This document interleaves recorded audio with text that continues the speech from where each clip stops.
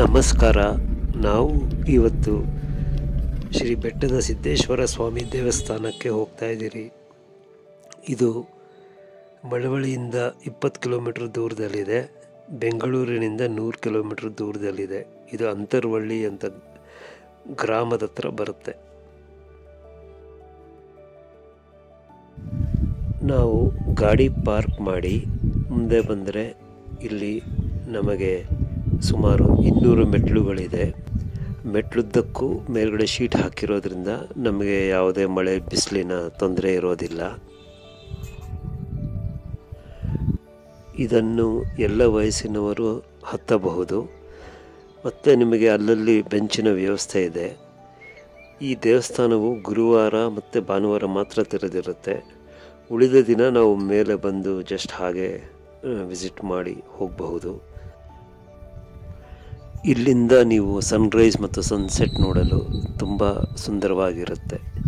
ಒಮ್ಮೆ ಬಂದು ಟ್ರೈ ಮಾಡಿ ನೋಡಿ.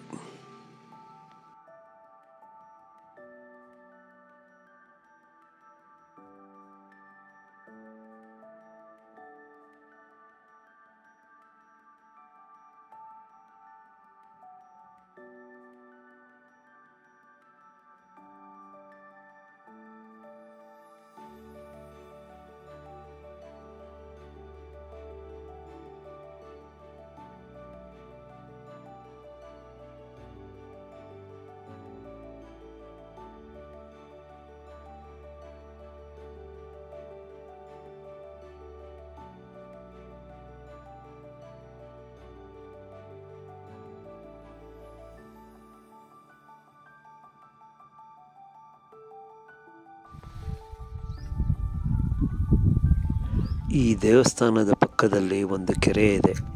ಈ ಕೆರೆಯಲ್ಲಿ ಒಂದು ದೊಡ್ಡ ಶಿವನ ವಿಗ್ರಹ ಇದೆ. ಇದು ಇಲ್ಲಿನ ಒಂದು ಮುಖ್ಯ ಅಟ್ರಾಕ್ಷನ್. ನೀವು ಇಲ್ಲಿಗೆ ಬಂದು ಆರಾಮಾಗಿ 1.5 ಗಂಟೆ ಟೈಮ್ ಪಾಸ್ ಮಾಡಿ ಹೋಗಬಹುದು.